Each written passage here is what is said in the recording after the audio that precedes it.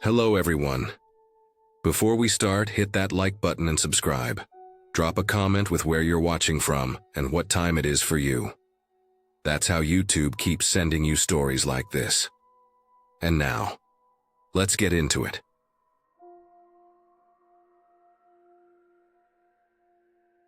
I started working at Walmart in late 2021, in the electronics department. Our store was one of those older ones, with the high open ceilings, long aisles, and humming fluorescent lights that always seemed too bright at night. Around early spring of 2022, they started a partial renovation, mostly above our section, where they were redoing some ductwork and electrical lines. The contractors left all sorts of things around: ladders, tarps, piles of insulation, and most notably, an open access hatch up in the ceiling above the TV wall. They said they'd close it up later once everything was done. For weeks, nobody really thought about it. It was just another part of the construction mess we were used to walking under every night. Then the noises started. At first, it was faint, just soft thuds or scraping sounds from above the tiles. I thought it was the air ducts shifting or maybe a rat, but it was too slow, too deliberate. Sometimes I'd be restocking the shelves late at night, when the store was almost empty, and I'd hear it, a slow drag, something metallic tapping softly, then silence. It wasn't constant, just enough to make you look up and wonder. Everyone heard it at some point. The night stalkers, the cleaning crew, even customers. A few times, one of the girls from customer service came over to return a handheld scanner or label printer and asked if we had birds trapped up there. I laughed it off, but the sound was too heavy for a bird. The ceiling above electronics was high, maybe 15 feet, and dark beyond the lights. The open hatch was about 3 feet wide, leading into the crawl space where all the wiring ran. From below, all you could see was insulation and metal beams. Every time I passed under it, I had this uneasy feeling, like something could be up there watching. The weirdest thing was that the noises only ever happened at night. During the day when the store was packed, nothing. But after midnight, when it got quiet enough to hear the hum of the freezers across the store, that's when the faint coughing started. It was so human-sounding that I remember stopping in the middle of scanning TVs once and just staring up, trying to tell if it was coming from the intercom speakers or not. It wasn't. It came from the ceiling, soft and dry, like someone clearing their throat. We joked about it for a bit. Maybe one of the construction guys left a cat up there. Maybe it was the pipes. Maybe one of the workers had fallen asleep and never left. But it kept happening every few nights. One time around 3 a.m., one of the security guys named Victor heard what sounded like a phone vibrating up there. Just that low, buzzing hum you get from a phone against metal. He went to check the breaker room thinking someone left theirs charging, but nothing was there. The next morning, when I clocked in, I saw Victor sitting in the break room with this blank look, just staring at his coffee. It got worse after that. Tools started disappearing from the renovation area. Extension cords, a utility knife, even a power strip. The contractors blamed each other, but we all knew people barely went up there unless they had to. Then one night around closing, one of the overnight stalkers swore she saw a light flicker through the cracks in the ceiling near the hatch, like someone turned on a flashlight for a split second. The store manager brushed it off at first. He said the motion sensors or wiring might be setting something off. But the next night we heard actual movement, quick panicked movement. Something or someone was definitely up there. You could hear the insulation shifting and a dull thump like a knee hitting metal. Victor and another guard brought out a ladder and climbed up with a flashlight while the rest of us stayed below, watching. The store was silent except for that buzzing hum of the lights. I remember the air felt heavy, stale. You could feel the tension just hanging there. Victor climbed up, shined his light inside, and froze. I couldn't see what he saw, but his breathing changed instantly. He didn't say anything, just slowly climbed back down. When his boots hit the floor, his face was pale and his hand was shaking holding the flashlight. He didn't even look at us. He just walked toward the manager's office. Later that night, we heard him quietly say the word bedroll and food wrappers. When the police came the next morning, they shut off our section for almost 2 hours. They climbed up and stayed up there for a long time. Everyone else had to work around them. When they came down, they told the manager what Victor had already said. Someone had been living up there. Behind the insulation, there was a sleeping bag, half-eaten granola bars, empty water bottles, a jacket, a portable power bank, and a phone charger plugged into one of the exposed electrical lines. Whoever it was had found a way to tap into the store's power and live unnoticed, right above us for who knows how long. They found fingerprints on the insulation and wiring, but no one inside.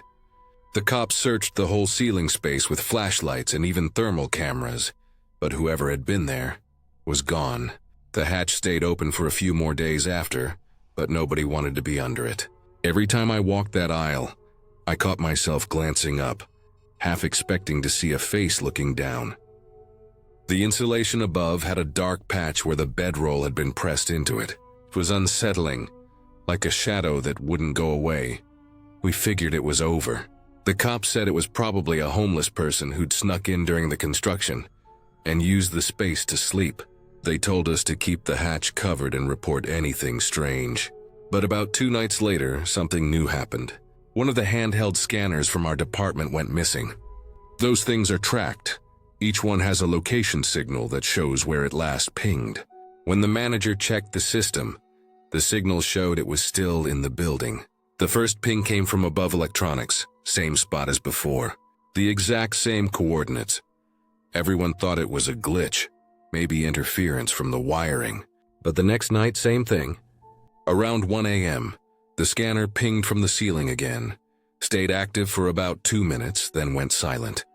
It happened twice more before stopping entirely. After that, no more noise, no more coughs, no movement, just silence. Dead quiet. A week later, maintenance finally sealed the hatch with a new metal cover. They also replaced part of the insulation where the bedroll had been. I remember watching them do it from below, just waiting for something to fall out. Nothing did, but I'll never forget that feeling standing there, realizing that for weeks, maybe months, someone had been sleeping right above us while we worked, listening to us, watching us.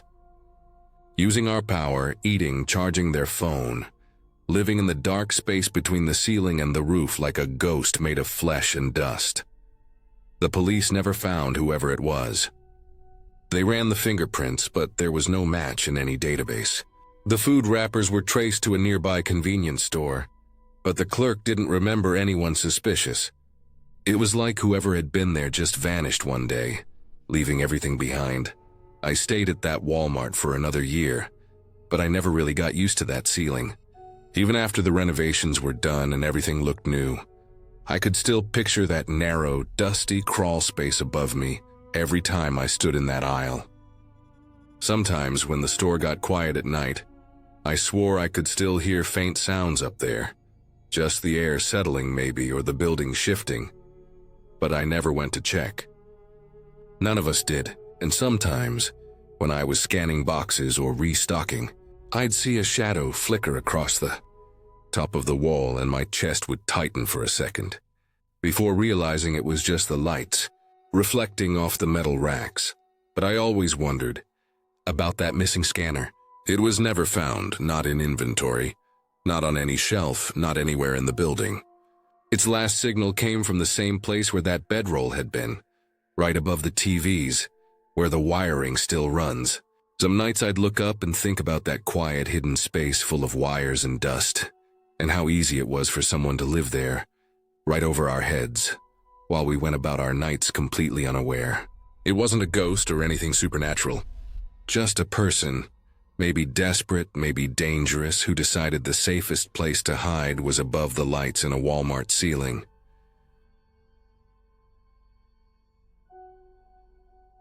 I worked overnight stocking frozen goods at the Walmart in Bentonville, Arkansas, back in late 2019.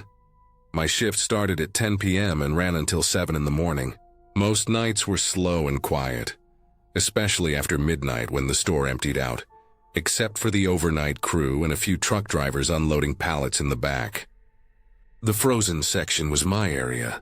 Long aisles of cold, humming freezers, and behind them, the big walk-in storage room where we kept all the extra stock.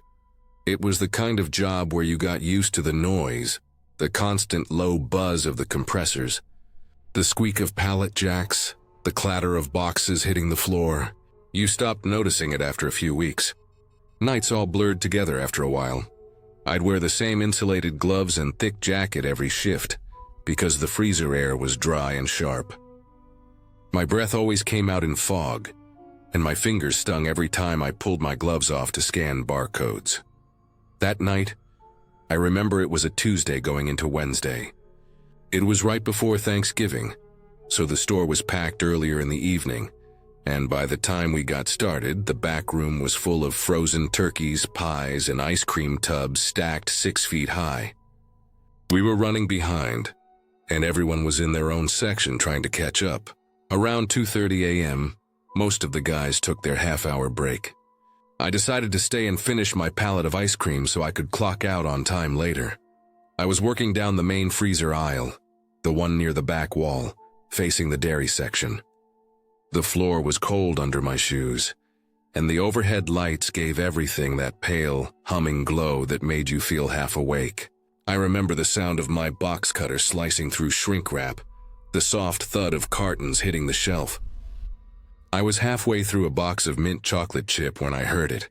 3 loud, solid knocks coming from inside the walk-in freezer behind me. It wasn't a random noise or pipe settling.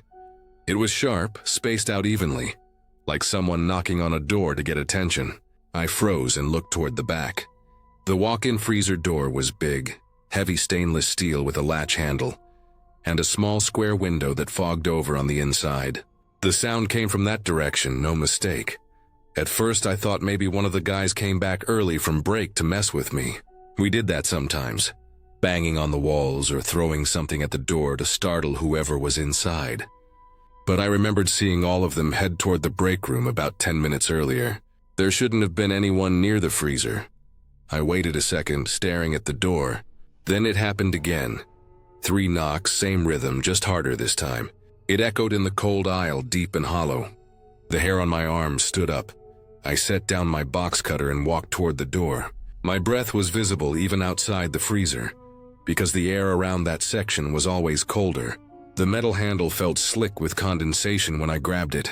I hesitated, half expecting someone to jump out when I opened it, but curiosity got the better of me. When I pulled the door open, the cold hit me like a slap. It was easily below 0 inside.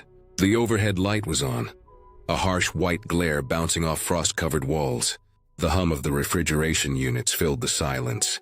I stepped in a few feet, letting the door swing halfway closed behind me. No one was there. The freezer was big enough to walk around in, about the size of a small garage, with rows of metal shelves stacked with boxes of frozen vegetables, meat and desserts. My footprints crunched on the icy floor as I looked around each corner, behind the racks, under the carts. Nothing. Just the sound of the fans and my own breathing. I walked back toward the door, feeling a little ridiculous for thinking someone might have been hiding. But when I reached it, I noticed something that stopped me cold. The inside of the door was coated with a thin layer of frost, and right in the middle of it were 2 small handprints. They were clear, 5 fingers, small palms, like a child's hands pressed against the metal from the inside. The edges were already frosting over again, but they looked fresh. I touched one with my glove and tiny flakes of ice broke off. The prints were low on the door, about waist height. For a second, I just stood there staring. Then I backed out and let the heavy door shut. I stood in the aisle breathing hard, trying to make sense of what I'd just seen. There were no kids in the store at that hour, no customers at all after midnight. The only people there were the overnight crew, all grown adults. The idea of someone small enough to make those prints being in there didn't make sense. I decided to call maintenance. They were usually in the back room near receiving, dealing with broken carts or fixing lights. When the guy came over, I told him I heard knocking from the freezer. He gave me a look but went to check anyway. I followed him as he unlocked the panel to access the store's security feeds. The cameras showed the aisle I was working in. We watched the footage from about 10 minutes earlier. It showed me stocking ice cream, then turning toward the freezer when the knocking started. I saw myself pause, then walk to the door, open it, and just stand there for a moment before stepping inside. But what was strange was how still I looked. I was frozen in place for a good 5 seconds before moving again. The maintenance guy scrubbed back and replayed it. He said there was no sound of knocking on the recording. The audio was clear, the hum of the freezers, my footsteps, but nothing else. That unsettled me more than anything. I knew what I heard. It wasn't faint or imagined, it was real, loud enough that it made my chest tighten. But on the footage there was nothing, just silence. The maintenance guy shrugged it off, said maybe it was pipes or pressure in the unit, but I could tell he didn't really believe that either. He mentioned that the freezer alarm, meant to alert if someone got trapped inside, had been disabled for months because it kept going off randomly, even when no one was in there. I didn't know that before. Apparently, it had been an ongoing issue. I went back to work, but the whole aisle felt different after that. Every noise made me flinch. The pop of a shelf expanding, the creak of plastic boxes settling. I couldn't shake the image of those small handprints. I didn't tell the rest of the crew right away because I didn't want to sound paranoid. But I noticed something else later that week. Each night when I restocked, there were faint marks reappearing on the inside of the freezer door. Not as clear as before, just smudges in the frost like someone had brushed it with cold hands. The pattern was always low, around the same height. Maintenance cleaned the door once and the marks came back the next morning. I stopped opening that freezer alone after that. If I had to go in, I made sure someone else was nearby. Eventually, management had a new alarm system installed and replaced the old door. After that, the marks stopped showing up. I stayed at that job for another few months, but I never forgot that night. The sound of those knocks still echoes in my head sometimes. Sharp, solid, real. I can still picture those little handprints. The frost melting around them like someone had just been there seconds before. Maybe there's a logical reason. Some weird vibration in the pipes. Condensation forming patterns that just happen to look like hands. That's what I tell myself. But deep down, I know what I heard that night. And it wasn't just the freezer making noise. Sometimes when I walk past the frozen section of a Walmart even now, years later, I still feel that same cold tighten in my chest. That sharp memory of standing in that aisle alone at 2:30 in the morning, listening to something knock from the other side of a locked metal door. And every time, I remind myself of one simple thing. Whatever was in there that night, I was lucky I opened the door when I did. Because maybe it was nothing, or maybe someone or something was trying to get out.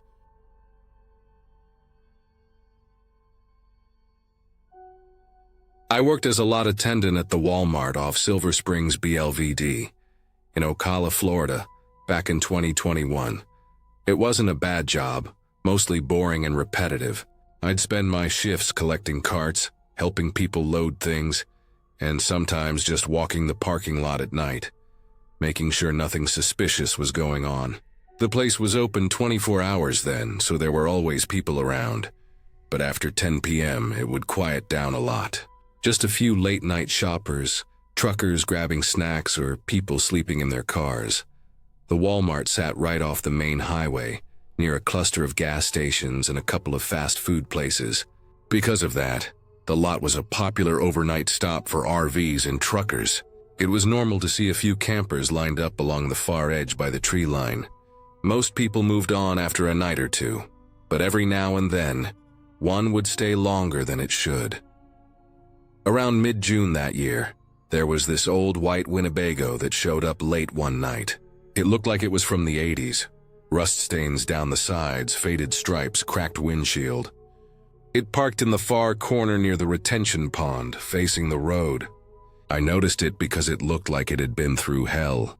One headlight was taped over, and there was a long scrape down one side that looked fresh. I figured it was another traveler, maybe an older guy living on the road. It wasn't uncommon. The first night it was there, I saw a shadow move inside when I walked by. Lights were on, and I could hear a faint hum of what sounded like a generator, or maybe just the RV's internal fan. Nothing unusual. The next day it was still there. Same spot, curtains drawn, windows slightly fogged up. I figured the person inside was sleeping, or maybe just resting up for a long drive. We weren't supposed to bother anyone unless management told us to. The store manager, Jeff, usually let them stay as long as they didn't dump trash or block the lanes. By the third day, though, people started to notice it hadn't moved. The sun was brutal that week, mid-90s every day, and that lot had almost no shade. Most of the time, vehicles parked out there became ovens by mid-afternoon. You could see the shimmer of heat coming off the pavement. That Winnebago looked like it was melting into the ground. The windows were covered in condensation from the inside, like someone had been living in it with no air running. That night, around 11 p.m., one of the assistant managers told me to go tag it for towing. It had passed the 48-hour limit, and apparently someone had called earlier complaining that it smelled weird near the far lot. I remember grabbing one of those bright orange stickers from the office, the kind that says, "Warning, vehicle will be towed after 24 hours if not moved," and a flashlight. The store lights didn't reach that far, and most of the parking lot lights near that corner had burned out months ago. It was quiet out there, just the distant hum of the highway and a few cicadas in the trees by the pond. When I got close to the RV, I noticed the smell almost immediately. It was faint at first, just a sour, heavy odor that hung in the humid air. I'd been around dumpsters and rotten milk before, but this was different. Thicker, more organic, like something that had been cooking under the sun for days. The closer I got, the worse it got. The windows were completely fogged from the inside. Every pane was wet with condensation, except near the top corners where streaks ran down, like something had smeared against the glass. I remember shining my flashlight at the driver's window and seeing shapes inside. Seat backs, clutter, maybe clothes. No movement. I knocked once on the side door. Nothing. I waited a bit and knocked again, louder this time. Still nothing. The sound of my knuckles on the metal echoed weirdly in the still air. I took a step back, half expecting someone to pop their head out and tell me to get lost. But the silence was complete. I thought maybe whoever was inside was passed out or gone. At that point, I should have just called it in, but something about the smell made me uneasy. I wanted to make sure there wasn't some kind of health emergency, so I tried the door handle. To my surprise, it wasn't locked. When I pulled it open, the smell hit me so hard I nearly threw up right there. It rolled out like a physical wave, thick, hot, and foul. I lifted my shirt over my nose and stepped up onto the metal step. My flashlight beam cut through the dim interior. Everything inside was in disarray. There were empty water bottles on the floor, a crumpled paper bag, and a half-eaten loaf of bread on the counter. The air was dense, humid, and stifling. I remember seeing flies, dozens of them, buzzing around the small space. Then I saw him. The man was sitting upright in the driver's seat, buckled in, facing forward like he was about to drive away. His hands were limp on his thighs and his head was tilted slightly to one side. His skin had gone pale gray, and there was a sheen of moisture on him like sweat or condensation. His eyes were half open but unfocused. The worst part was how calm he looked, like he'd just been waiting there, patient, frozen in time. I stumbled backward, dropped my flashlight, and hit my shoulder on the doorframe trying to get out. I gagged until I threw up near the front tire. My hands were shaking so bad I almost dropped my phone when I tried to call the store. One of the night supervisors came out with security, and soon after that, the police arrived. They taped off the area, told everyone to stay clear. I watched from the loading bay, still trying to steady myself. The paramedics went inside and came back out almost immediately. One of them shook his head. They worked quietly, no rush. I stood there for maybe 20 minutes, just watching the lights from the cruisers flash against the side of that old Winnebago. Later, after they'd taken the body away, one of the officers came into the store to get some information. He said the man had been dead for at least 3 days. They found a Walmart receipt on the dashboard from 4 nights earlier. He'd bought a loaf of bread, a jar of peanut butter, and a roll of duct tape. That was it. The next morning, word spread around the store. Someone said the police told management that he'd used the duct tape to seal off the air vents inside. Maybe to make sure the carbon monoxide from whatever little generator or heater he had would stay inside. He must have just sat there waiting for it to happen. It hit me hard thinking about that. We'd all been working around that RV for days, walking past it, pushing carts near it, joking around, and he'd been in there the whole time, dead, just sitting there in the heat, sealed in his own little world while life kept going on around him. A few days later, a tow truck finally came to haul the Winnebago away. The smell still lingered for a while after, especially when the wind blew from that corner of the lot. Every time I walked by that spot, I'd think about how easily it could have gone unnoticed for longer if no one had complained. For weeks after that, I couldn't shake the image of him sitting there, buckled in, staring through the fogged-up windshield. I'd close my eyes and still see the condensation running down the glass, the quiet stillness inside. It made me realize how many stories were hidden in that parking lot, how many people came through just trying to rest, to escape or to disappear. After that night, I started paying more attention to the RVs that parked there. I'd walk by, make sure I saw movement or light inside. It wasn't part of my job, but I couldn't help it. That old Winnebago changed how I saw the place. The lot looked the same, but it didn't feel the same anymore. Every time I went out there after dark, I'd glance at that corner by the pond, half expecting to see the silhouette of that RV sitting there again, windows fogged, silent and waiting. I was a janitor on the overnight shift at the Lubbock Walmart back in 2018. It wasn't a glamorous job, but it was steady work. The pay wasn't great, but I liked the quiet. The store stayed open 24 hours back then, and the night shift had this strange kind of peace to it. Dim lights, soft hum of the freezers, the steady beep of the floor scrubber echoing down empty aisles. The only people around were a few stalkers, some security, and me. Most nights passed the same way. Clean up spills, restock paper towels in the restrooms, empty bins, check for leaks, repeat. It was simple work. I liked simple. That night was a Thursday in early October. I remember because it was cold outside, and the air inside the store felt heavier than usual. Around 3 a.m., I rolled my cleaning cart toward the men's restroom by the back of the store near the automotive section. That restroom was always quieter than the one up front. Usually it was empty, the kind of place you could take your time cleaning without being interrupted every few minutes. I pushed the door open and propped it with the mop handle like always. The smell hit first. Disinfectant and that faint metallic tang that always lingers in tiled rooms. The floor was a mess. Muddy footprints near the urinals, paper towel scraps shoved under the sinks. I sighed, put on my gloves, and got to work. The sound of the mop sliding across the tiles was the only noise. It echoed against the walls. About 10 minutes in, I noticed a pair of shoes under the middle stall. Brown work boots? I figured someone was in there, maybe a trucker catching a break. Nothing strange. I worked around it, mopping the rest of the floor.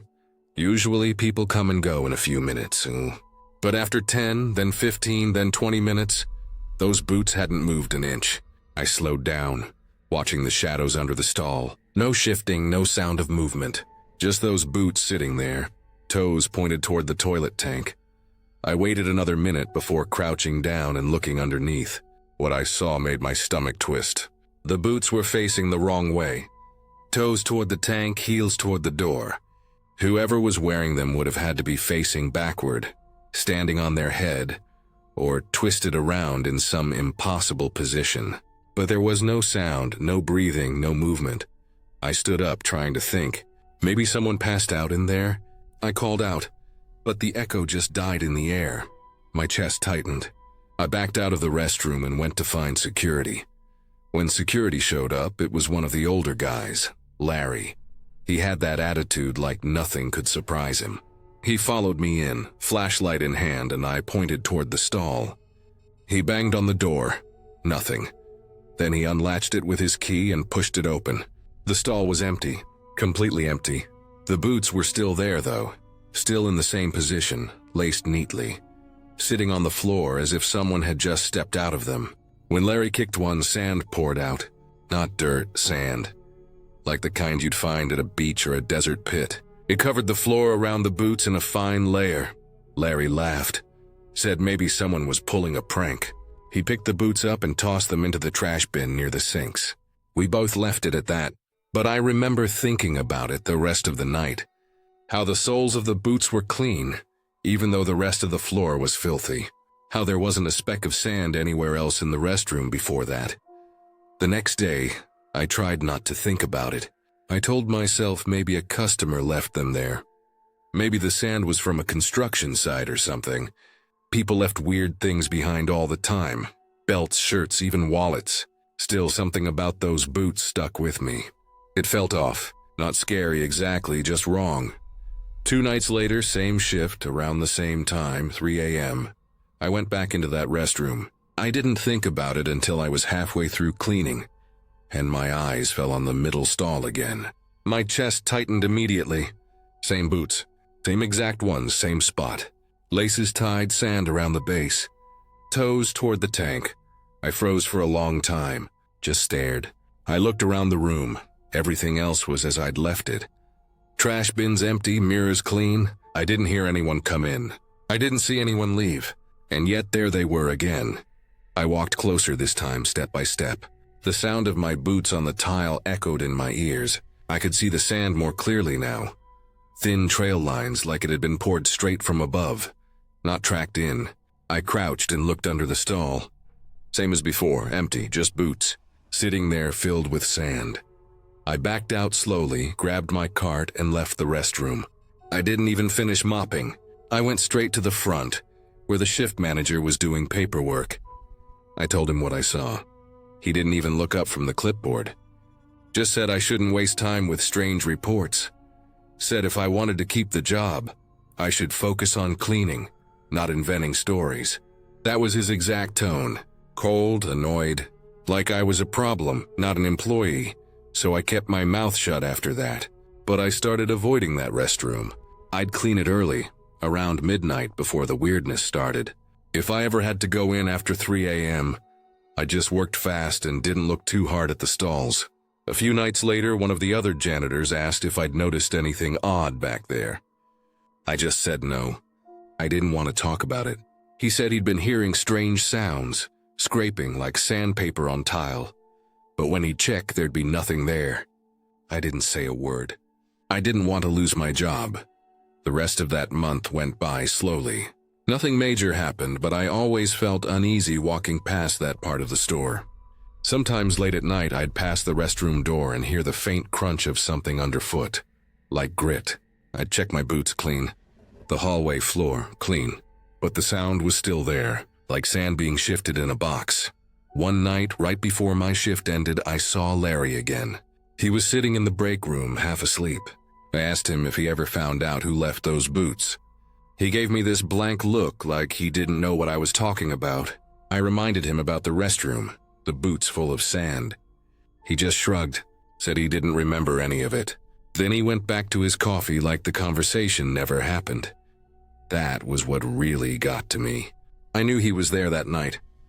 I remembered him kicking the boot, the sand spilling out, the way we'd both stared at it.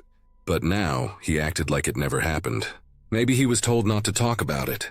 Maybe he just didn't care. But I couldn't stop thinking about it. The image stayed burned into my head. I lasted another few weeks before I quit. Officially, I told them it was for health reasons. Unofficially, I just couldn't handle being in that store alone anymore. Every time I walked past that restroom, it felt like something was watching me from inside. Not a person. Just the heavy kind of silence that makes you feel like you're not supposed to be there. About a month after I left, one of my old co-workers messaged me. He said they'd sealed off the men's restroom in the back for maintenance. He didn't know why, but apparently, they'd found sand clogging the drains. Enough to block the pipes completely. No one could explain how it got there. There wasn't any sand anywhere else in the building. Just there. I never went back to that Walmart after that. Every time I drive past it, the lights in the back corner look dimmer than the rest. I think about those boots sitting there, perfectly placed sand spilling out onto the clean tile floor. I think about how the manager didn't want me reporting it. About how Larry suddenly forgot. Maybe it was just some weird prank, maybe something with the ventilation. Maybe I'll never know. But to this day, whenever I smell disinfectant or hear the squeak of a mop on tile, I picture those boots again, still sitting there, still waiting.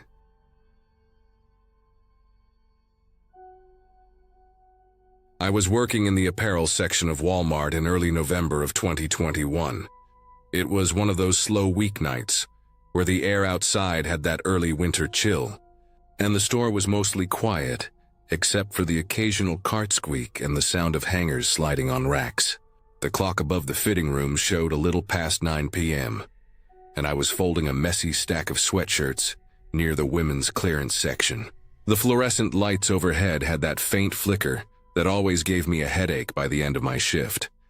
The store closed at 11, but the fitting rooms closed at 9 sharp so we could clean them before the night was over.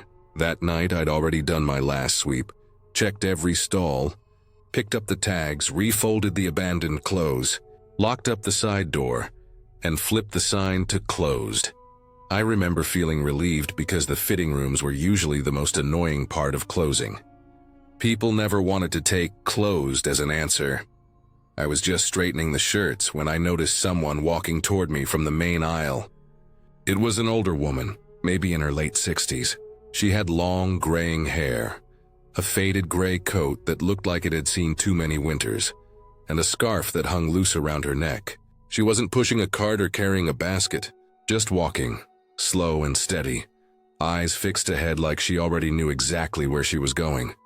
When she reached me, she stopped a few feet away and said quietly that she wanted to use a fitting room. Her voice wasn't loud, but it had that tone that made it clear she expected to be let in. I told her the rooms were already closed for the night, that she could come back tomorrow if she wanted to try something on. She didn't respond, just stood there staring at me for a few seconds, long enough that it got uncomfortable. Then she turned and walked past me straight toward the curtain. I thought maybe she didn't hear me or didn't care, so I went after her. I pushed the curtain aside and stepped in. The lights inside were still on, that harsh white that made the small space feel tighter than it was. I looked around, 4 stalls on one side, 4 on the other, all doors open. No one. She was gone. I froze for a second, trying to figure out if maybe she'd slipped out fast, but there was only one entrance, and I'd been standing right in front of it. The side hallway door that led to the stock area was locked. I checked it twice. I even looked behind the door of each stall just to be sure. Nothing. It didn't make sense, but I figured maybe she'd turned around while I wasn't looking and walked off somewhere else. Maybe I just missed her. I went back out, shrugged it off, and kept working. I didn't think much about it until maybe 15 minutes. Later, when another customer, a middle-aged man with a cart full of baby clothes, came over and told me that someone was whispering inside the fitting rooms, that made my stomach drop a little.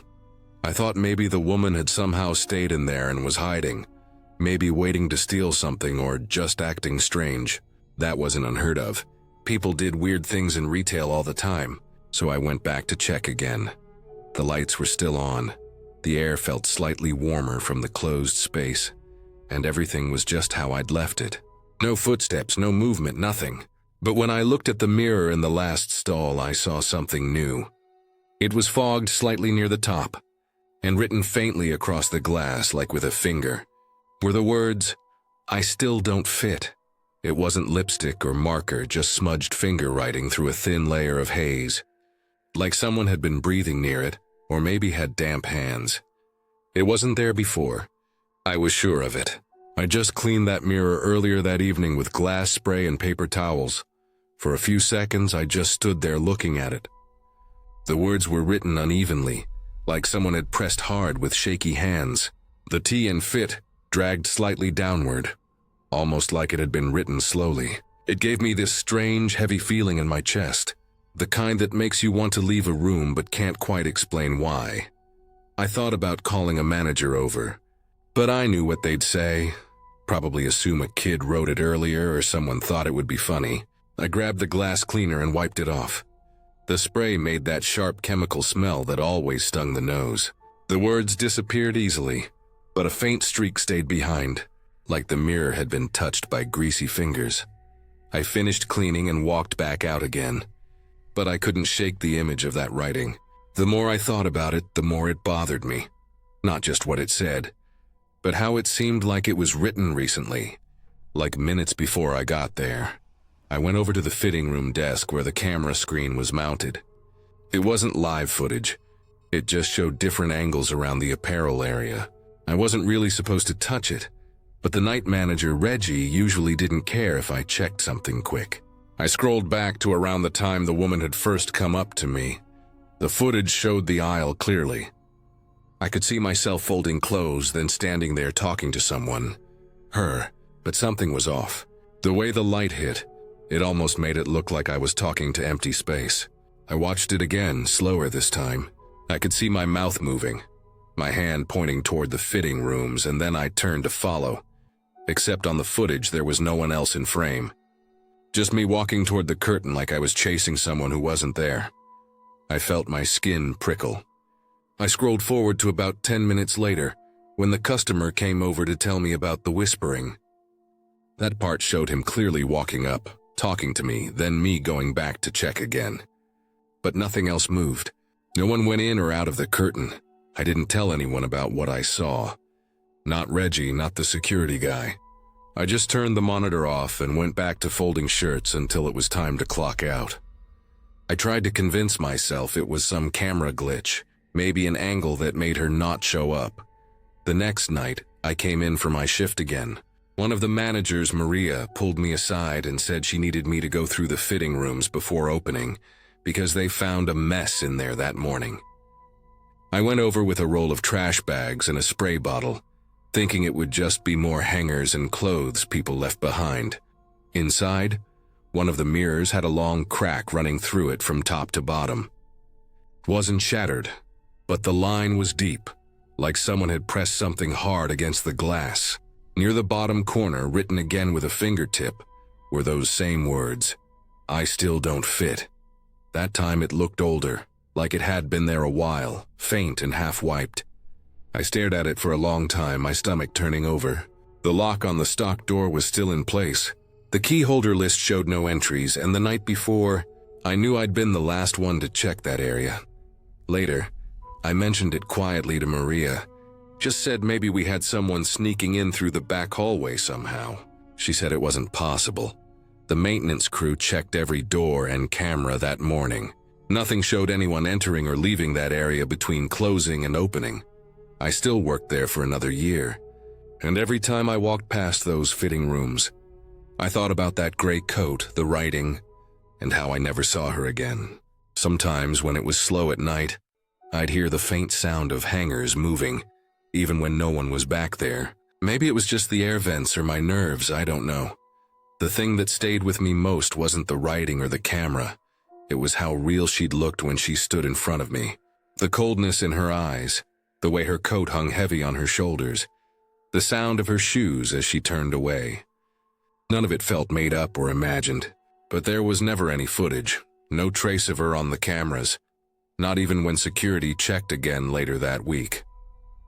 I still think about that night sometimes when I'm alone in a store after hours.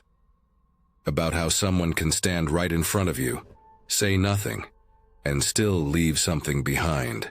Maybe it was a glitch, maybe I was overtired, maybe someone was playing a trick. But every time I remember that writing, I still don't fit.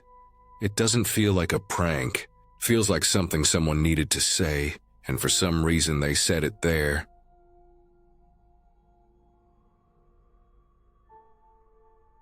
I was working the closing shift in toys that night. It was early fall, maybe late September, around 9:15 p.m. The Bentonville Walmart was quiet at that hour.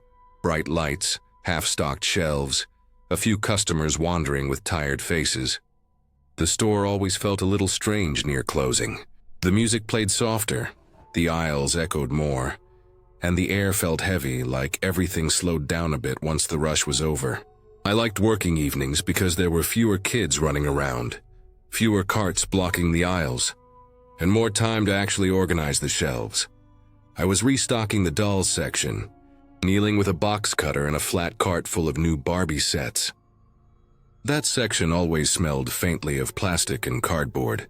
I remember the squeak of my shoes on the tile, the hum of the overhead lights, and the dull sound of the store announcement echoing from the front. "Store will be closing in 30 minutes. When I stood up to grab the next box, I saw him. A man in a green hoodie standing halfway down the Barbie aisle facing the wall.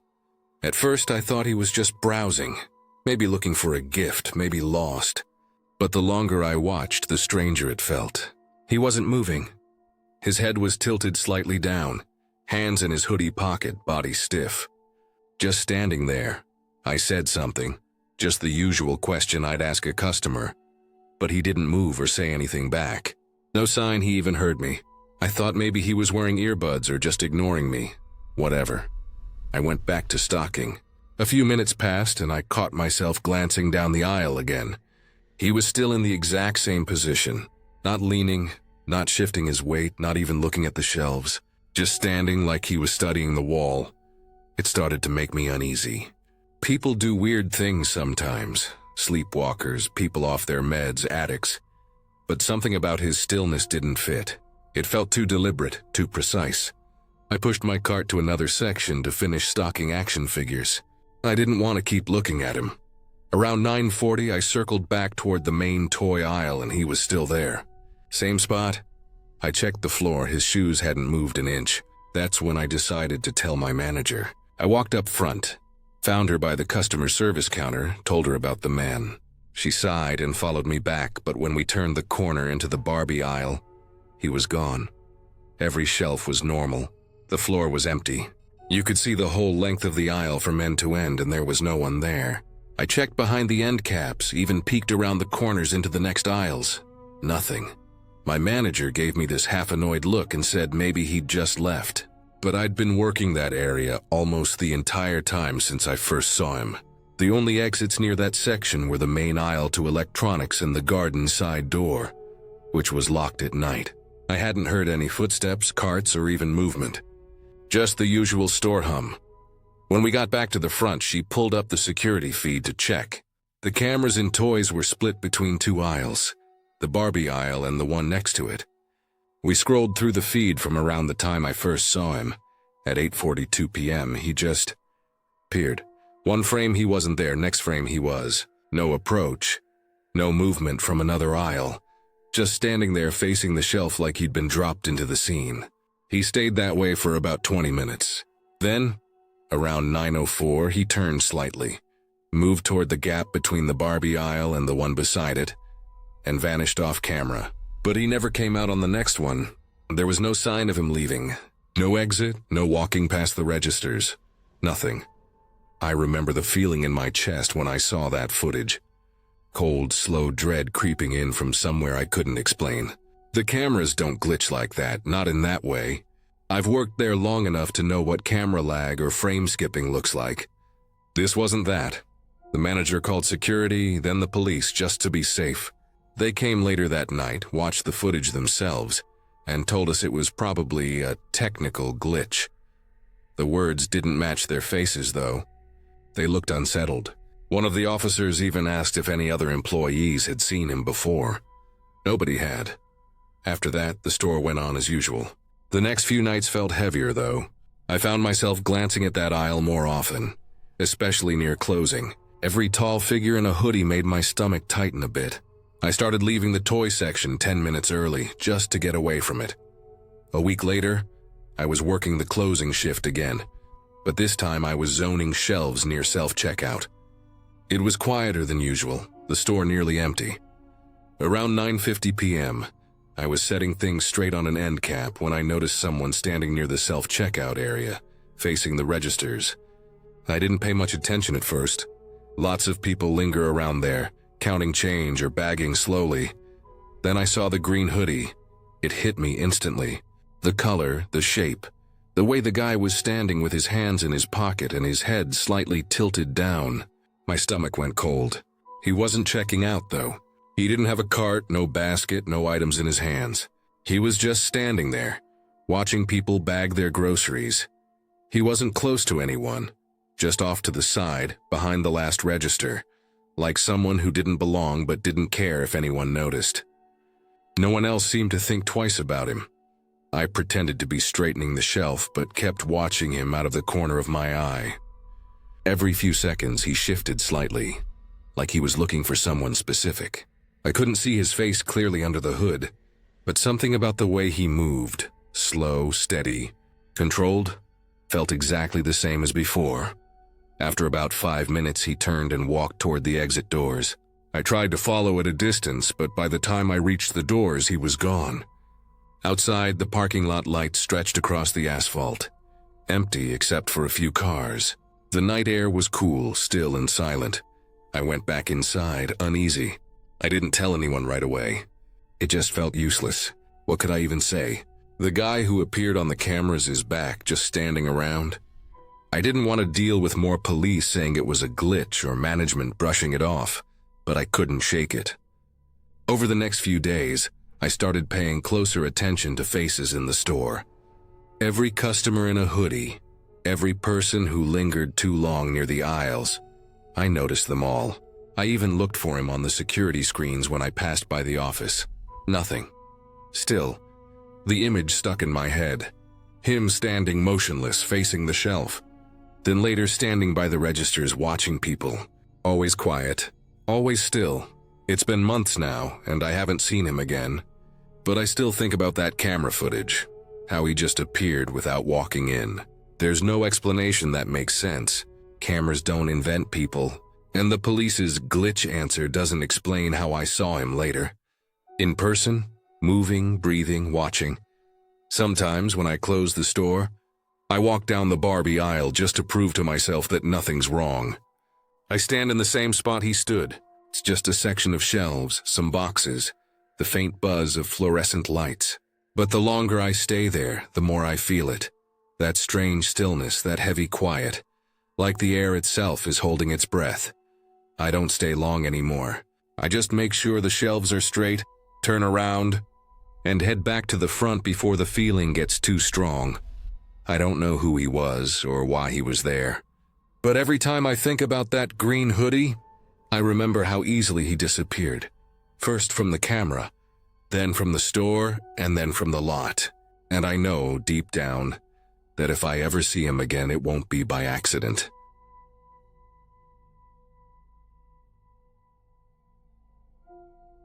I worked at a Walmart in Kansas City back in 2019, on the overnight shift.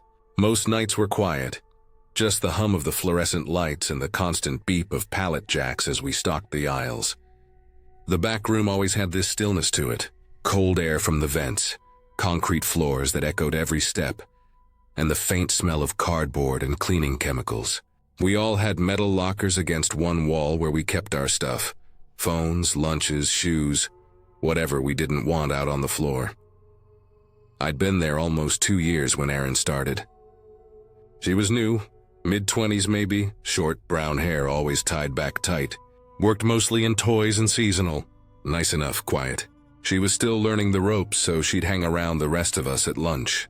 The first time she mentioned her locker, it was just in passing. She said something about how someone must have been opening it, because her hoodie wasn't folded the way she'd left it. Everyone just shrugged. Stuff got mixed up all the time back there. People shared keys, lockers stuck, and maintenance would sometimes open them if something leaked or smelled off. But a few nights later, she came in looking uneasy. Her shoes, these white slip-ons she wore for breaks, had been filled with water. Not just damp, but like someone had poured a whole bottle into them. I remember because she showed me one, and water actually dripped out when she tilted it. I didn't really know what to say. We all kind of laughed it off, figured it was some kind of prank even though no one claimed it. The cameras in the break area didn't show much, just the main hallway and the time clock. The locker row was just out of frame. By the third night she was pissed. Said her lunch was gone.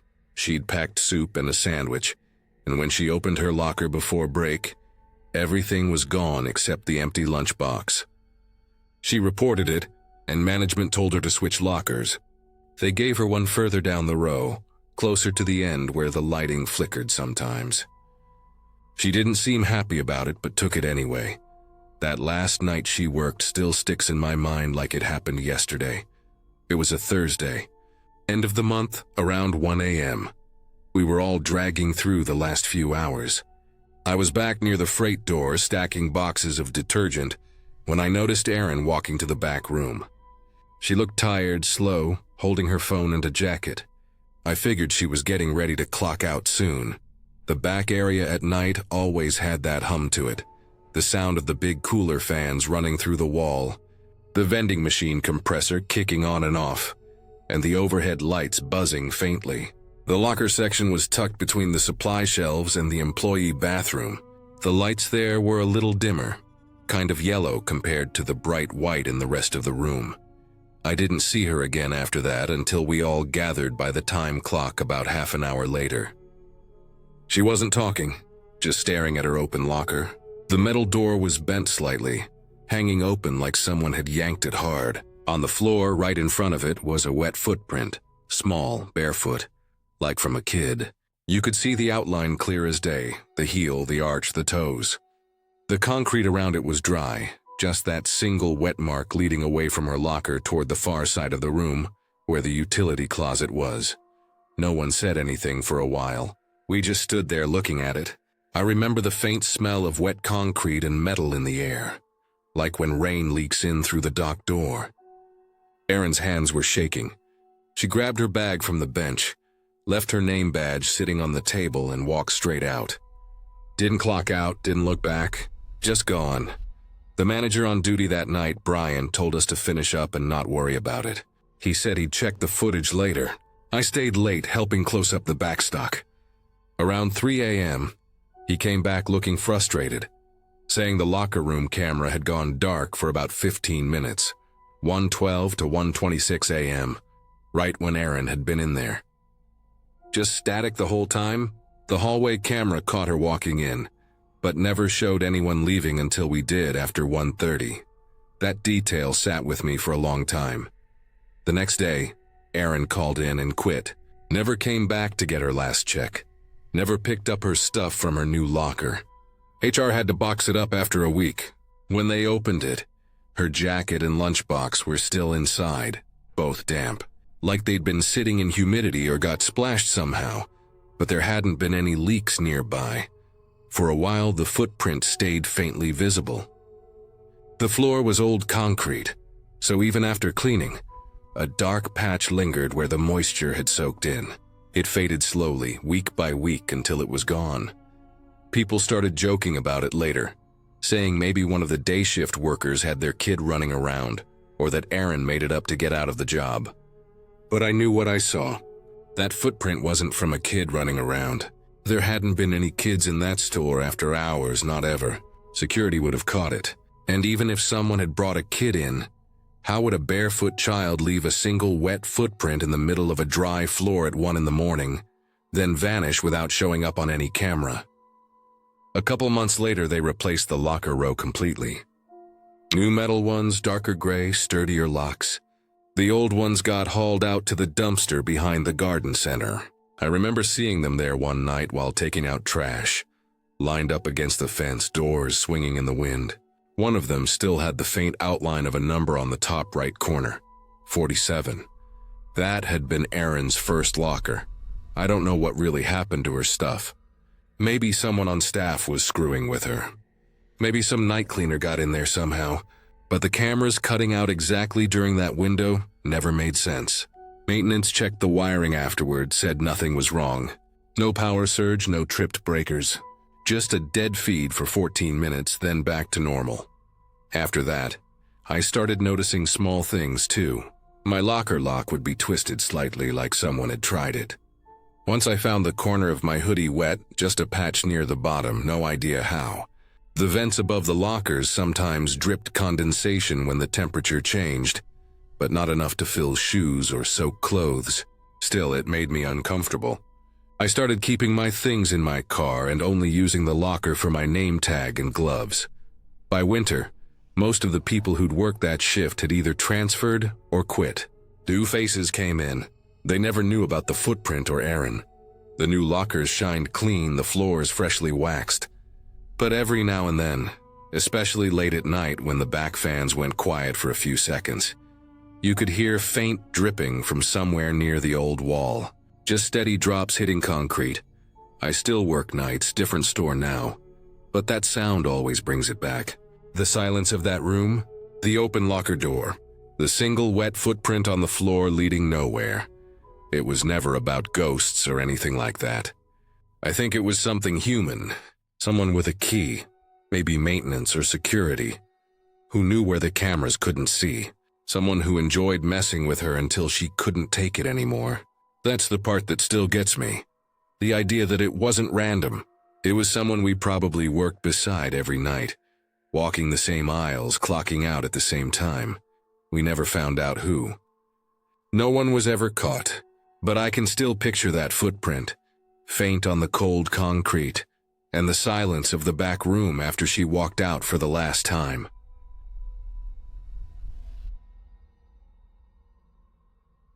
It was just past midnight when I clocked out.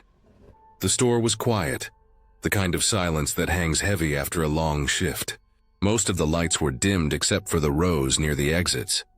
The automatic doors at the front made that slow, dragging sound when they opened for me. I remember how the air outside felt oddly warm for that time of night. The kind of humid air that smells faintly like asphalt and grass clippings.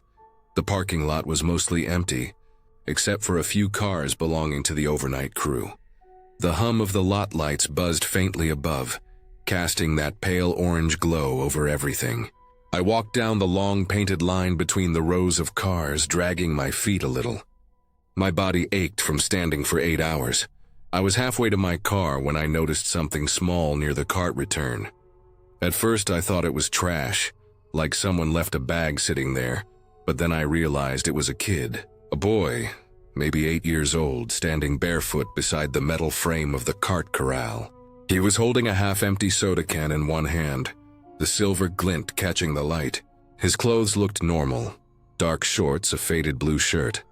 But what caught me off guard were his bare feet on the cold asphalt. It wasn't freezing, but it wasn't exactly the kind of night to be walking around without shoes. He didn't move when I got closer, just stood there staring off toward the store. I stopped about 10 feet away and asked where his parents were, but he didn't say anything. His expression was blank, like he was too tired to answer or maybe just somewhere else in his head. I didn't want to scare him, so I tried to keep my voice calm. Still nothing. Then he slowly raised his arm and pointed toward the garden center doors. I figured maybe his parents were inside, maybe shopping late or waiting for someone.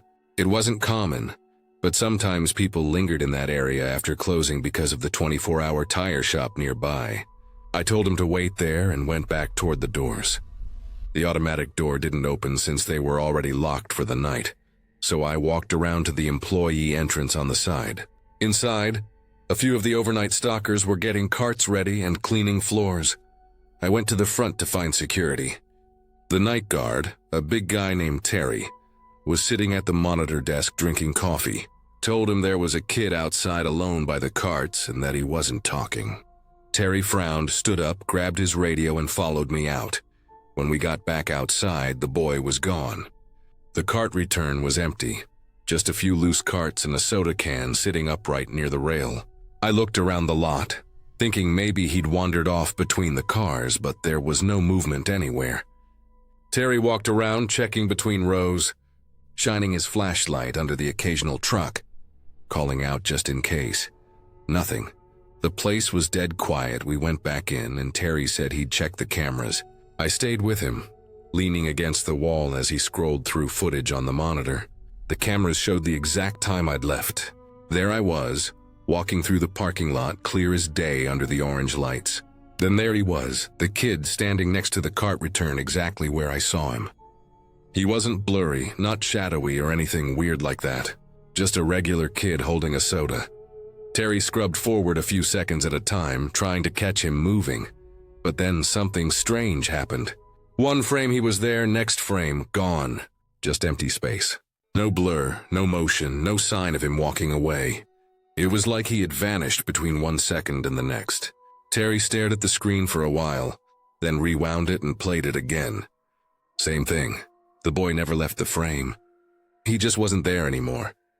We checked the other cameras, the ones covering the far end of the lot and the garden center side, thinking maybe he walked out of the camera's range. But there was nothing. No kid, no one else. The only thing we noticed was the soda can. It was still sitting there the whole time, even after he disappeared. Terry called it in, just to be safe. Within 20 minutes, a patrol car pulled up. The officers looked around the property, checked the nearby trees and the road that led behind the building. One of them even looked inside the locked garden center, thinking maybe the kid went in through a gap or something. They found nothing. No footprints, no discarded clothes, no sign of anyone walking barefoot around the lot. I went home that night with the image stuck in my head, his feet on the pavement, the soda can in his hand, the way he just pointed without speaking. I told myself maybe it was a camera glitch. Security cameras freeze or skip frames all the time. Maybe the kid had just run off the moment the camera hiccuped. That explanation made enough sense to let me sleep, at least for a few hours. The next few nights were uneventful. Same long shifts, same quiet closing routine. Still, every time I walked to my car, I glanced at that cart return. It became a habit, like checking something you know you shouldn't but can't help looking at. A week later, it rained hard one night. Short, heavy storm that left puddles across the lot. The next morning, when the day shift came in, one of the stalkers noticed something strange at that same cart return. There was a soda can sitting right where the boy had stood. Nothing unusual at first, except when someone picked it up, it was frozen solid. Not cold, frozen. A solid block of ice inside, even though the temperature that week hadn't dipped below 60. They brought it inside and left it on the counter near the break room sink. I remember tapping it with my knuckle. It was like a rock, the kind of dense, hard freeze you only get from a deep freezer. Someone joked that maybe it had been in one of the freezers in the store, but no one had brought it in. The can wasn't from our stock. It was a different brand than what we sold, one I hadn't seen in years, with faded lettering and a pull-tab top instead of the newer pop design. Management didn't make a big deal out of it, but Terry logged the incident for record. He said the police had never found any missing child matching that description in the area. No reports, no parents asking around, nothing. Just one unexplained blip on the cameras and a can that didn't make sense. I tried to forget about it. I really did. But every night after that, when I walked out to my car, I couldn't shake the feeling that the air near that cart return felt colder than the rest of the lot. Not freezing, just enough to make the hairs on my arms rise. Sometimes I thought I saw a reflection in the metal bars, a small shape, but it would vanish when I blinked. I started parking farther away. The long walk was worth it just to avoid looking at that spot. After a while, people stopped talking about it. The can disappeared from the break room, probably thrown out, but I never asked. About a month later, the store installed new security cameras with higher resolution. Terry said it was part of a general upgrade, but I knew why. They replaced the one facing the cart return first. The new feed was crystal clear, smooth, no skipping. I watched the footage once during my break just out of curiosity. Nothing strange, just people coming and going, headlights flashing, carts being collected. But there's something about that spot. Even now, years later, when I drive past that Walmart at night, my eyes always drift to the far end of the lot where the cart return sits under the orange light. It's always empty, perfectly ordinary, but I can still picture that kid standing there barefoot, holding a can that shouldn't have been that cold, pointing toward doors that were already locked. The police never found an answer. The camera data never glitched again. The lot stayed quiet. But that image never left me, not because of anything supernatural, just because sometimes things happen that don't fit neatly into explanation. Maybe the camera did skip. Maybe the can had been left in someone's cooler. Maybe the boy was real and just ran off at the perfect second to vanish on film. But what keeps me up sometimes isn't what I saw that night. It's what I didn't see. The way the air felt still, like it was holding its breath. The silence of an empty parking lot after midnight. The sound of my own footsteps stopping when I realized there was no one left but me. The way something so small and harmless like a kid and a soda could make the world feel just slightly off balance. That was the last time I ever closed at that store. I switched to mornings a few weeks later. I told everyone it was because I liked the sunlight, but that wasn't really it. It was because every night I walked out, I couldn't stop looking at that cart return and thinking, what if he's there again, pointing at me this time instead of the doors?